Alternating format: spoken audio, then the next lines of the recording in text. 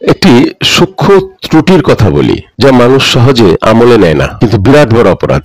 ট্রেনে সফর করছে একজন লোক, তৃতীয় শ্রেণীর টিকিট কাটার পরে ওনার সাথে বন্ধু বান্ধবের দেখা হলো, বন্ধু বান্ধবরা দ্বিতীয় শ্রেণীর টিকিট কাটলেন। সেই ভদ্রলোক তৃতীয় শ্রেণীর টিকিট হাতে নিয়ে দ্বিতীয় শ্রেণীতে উঠে বন্ধু বান্ধবের সাথে কথা বলতে বলতে উনি ট্রেন ভ্রমণ করতেছেন। 1 স্টেশন, 2 স্টেশন, 3 স্টেশন পার করে দিলেন। তারপরে এমনও দেখা গেছে উনি যেখানে নামবেন সেখানে না নেমে বন্ধুদের সাথেই চলে গেলেন।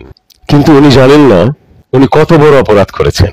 উনি রেলওয়ে কোম্পানির নিকট দায়বদ্ধ হয়ে গেলেন, কারণ উনি তৃতীয় শ্রেণীর টিকিট কেটে তৃতীয় শ্রেণীতে ভ্রমণ করছেন। 1 নম্বর। 2 নম্বর কথা হচ্ছে ওনার যেখানে নামার কথা সেখানে না নেমে কয়েকটা স্টেশন পার করে বন্ধুদের সাথে চলে গেলেন।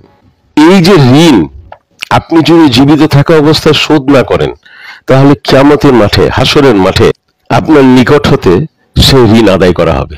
এখন সেই ঋণ কিভাবে আদায় করা হবে? আপনি আপনার জীবনে যতগুলো ভালো কাজ করেছেন, আল্লাহ তাআলা যতগুলো আপনার জন্য নেকির খাতা খুলেছেন, সেই নেকির খাতাগুলো থেকে আপনার এই ঋণ শোধ হবে। তো দেখা গেল যে একসময় আপনার ঋণ এর শোধ হতে হতে আপনার নেকির খাতা শূন্য হয়ে গেল। আপনি কি বেহেশতে যেতে পারবেন? কারণ আপনার নেকির খাতাই তো খালি হয়ে গেছে। আপনি সেই রেলওয়ে কোম্পানির নিকট দায়বদ্ধ হয়ে গেলেন, ঋণী হয়ে গেলেন। যতক্ষণ পর্যন্ত সেই ঋণ শোধ না করবেন ততক্ষণ পর্যন্ত কিন্তু আপনি ক্ষমা পাবেন না। এখন কিভাবে শোধ করবেন?